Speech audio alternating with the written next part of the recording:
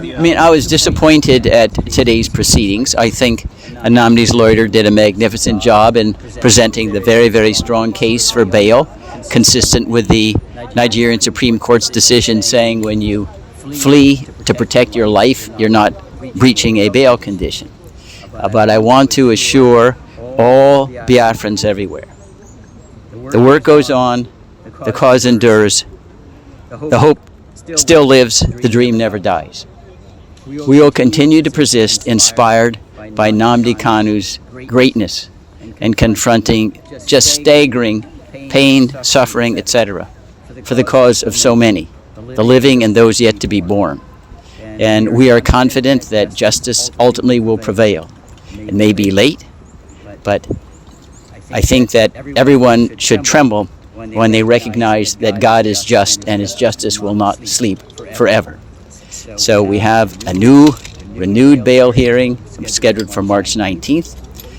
We're guardedly optimistic it will turn out positively for everyone, because the rule of law, which is what is at stake here, benefits every Nigerian, not just one group, not just Hausa, Fulani, Yoruba, Biafrans, Igbos. The rule of law benefits everyone, and that's what this struggle is about. All of us are human beings before we are Igbos, Hausa, or Yorubas. Sometimes we even change our citizenship. Some become Americans, British, or Briton. It doesn't matter where you come from. The color of injustice is one. All of us have a blood running in our veins, the same blood. Our hair grows the same way. We eat almost the same kind of food. We just have a difference in our tongue. So the fact that I'm not Igbo, who told you I'm not Igbo, by the way, doesn't mean that I cannot fight for an Igbo when an injustice is done to an Igbo. Because when they are done with all the Igbos, they will come for the Yorubas. When they are done with Yorubas, they will go for the Ijaws. When they are done with all the big tribes, they will start coming from small, small tribes. There is nobody in Nigeria who can tell me that his ethnicity prevented him or protected him from hunger and starvation. None. As we are speaking, we are all going to the same market. We are suffering the same way. We are collecting the same salary. We are living in this hellhole known as Nigeria. So being an Igbo doesn't insulate you from suffering. It doesn't insulate you from injustice. In fact, being an Igbo just subjects you to more of it, because Nigeria doesn't believe that an Igbo man deserves justice in Nigeria. But it has also happened to me before. Yes, I met Dasuki in detention. He's Hausa, Fulani. So when it comes to injustice, the leaders of Nigeria are united against the rest of us. They use our ethnicity to divide us. Oh, he's Igbo. That's the reason we are dealing with him. Why did they deal with me? Am I Igbo? Or is it because they suspect that maybe I have Igbo blood in me because my brother is married to an Igbo woman? Okay, like, is there any kind of court hearing today? How do you see? I was invited to come and observe the court hearing.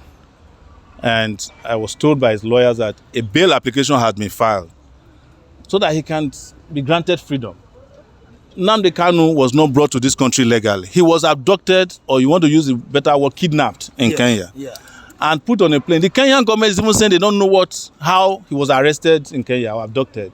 So the process of bringing him to court was illegal. So you cannot rectify that illegality with, another legality, which is bringing him before a court and then trying him for an offense that he has not committed. But let's even look at their own legal system. From the court here of first instance, where he was first brought, the Court of Appeal granted a ruling, a judgment, that Kanu committed no offense. A week later, they went and did their rule, they stayed the judgment. They went to the court of, the Supreme Court. The Supreme Court, even though they didn't want to speak the truth, said that what they did in bringing him to Nigeria was illegal. Yes. They were just speaking, maybe they were ashamed or afraid of themselves. They couldn't speak the truth.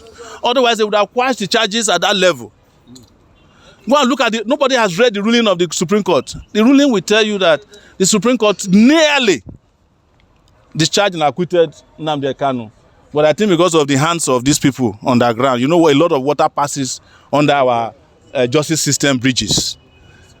So if you are bringing him to court and you have said that he did not jump bail, that is what the Supreme Court said. Because somebody who is living in his house quietly, respecting the law, and he went and invaded the place and he escaped barely by whiskers, cannot be said to have jumped bail. That's what the Supreme Court says. So if he didn't jump bail, what the judge should have said today, we don't even need another application for a new bail application. It's just to restore that his bail that he was enjoying before the Nigerian army went and violently violated the bail conditions of that period. That's what they should have done today. You had an encounter with the security agents. Outside, yes. Yeah, I've been having encounters with them since I was in the university. You were restricted from entering the court. I was restricted from entering the court, even though my name was on it. And I also had another business in the court, which is to pick up the certified true copies of my own case. Because I want to sue them. I want to sue them for 100 billion for prosecutorial misconduct and wasting of my time for 5 years. Also seizing your phone today. They also seized my phone today.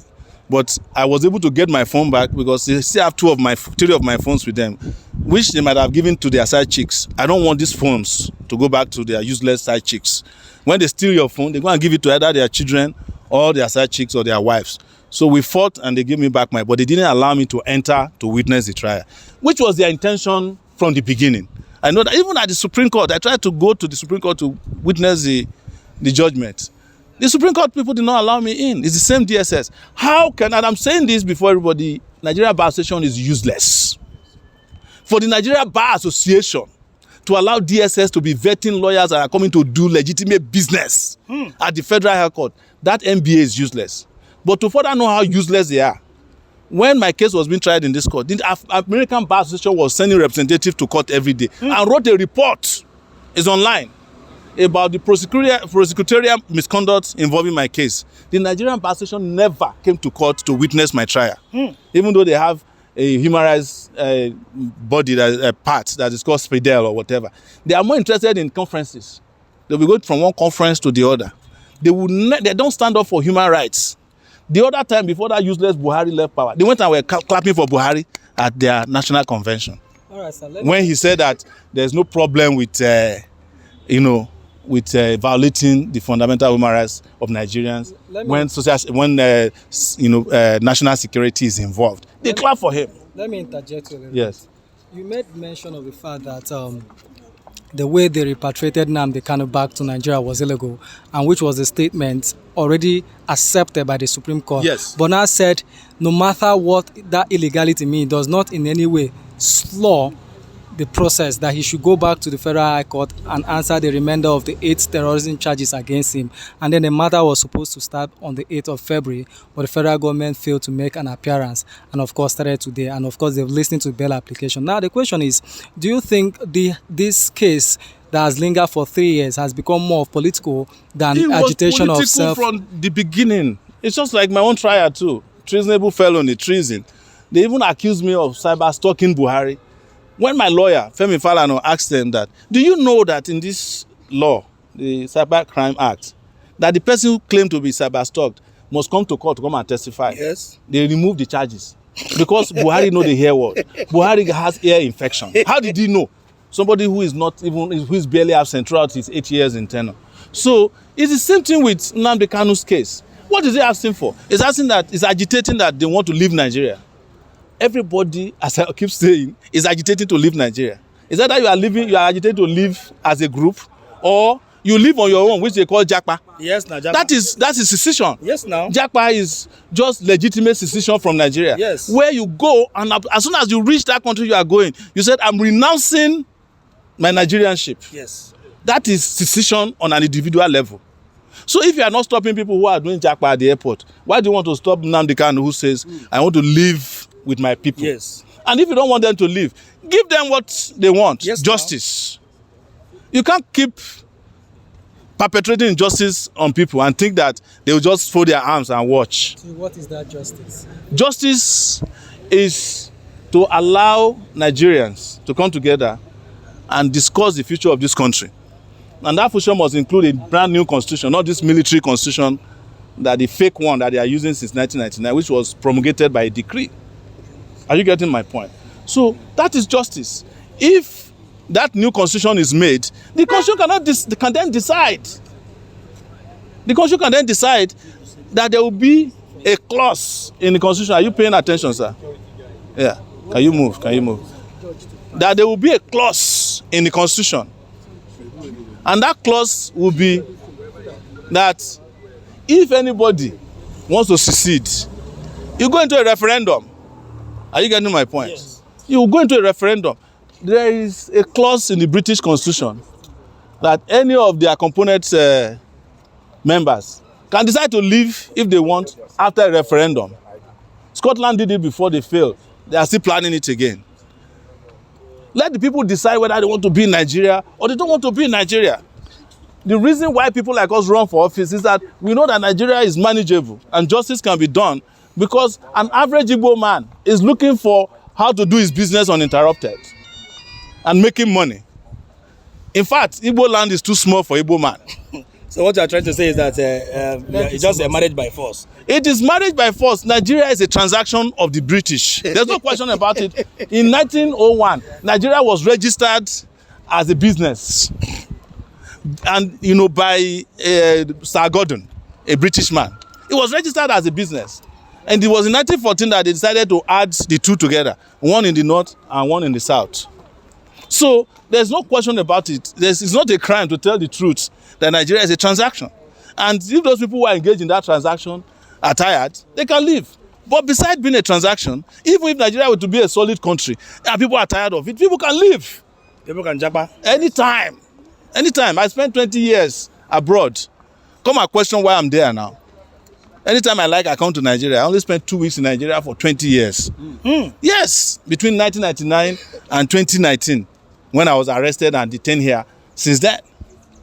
But guess what? Because of my interest in Nigeria, I did not change my citizenship.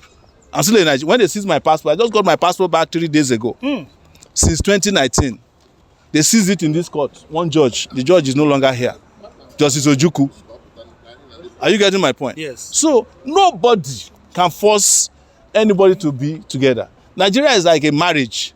Even in marriage, even if your wife says he likes you and you don't like her anymore, you go for divorce. Divorce. If your husband says, I can't do without you, and the wife is tired, Abi, Yes. you go for divorce. So how can somebody force people to stay in Nigeria when they say they want to leave? But here is my position. I don't want Nigeria to break up because I like Nigeria and Nigerians. Well, let me rephrase it. I like Nigerians, but I no longer like this Nigeria. The name Nigeria. Yes. So, and these are the revolutionary changes that we advocate for. And that's why I met Kano in New York. What he told me is the reason I come to court every day. You know, before, under Buhari, if I came to court, they bring knife to come and stab me. They beat us up. But now they can't do that anymore. They are using the DSS. DSS beat us up today in front of the court. You were there. The evidence is there. The evidence is there. They collected my phone, 2 of my phones. But I decided that unless they return my phone, I'm not going, because there are 2 other phones that they stole from my hotel room in 2019 that we can't find now. So they have given me back my phones and we are fine. I'm going to collect my CTC. But let me use this opportunity to call on Nigerians that there's going to be a major protest tomorrow. Heavy one. Heavy. Is to end hunger and starvation. That one, nobody can collect your phone. Thank you. It will be massive. Thank you very much. God bless you. Thank you.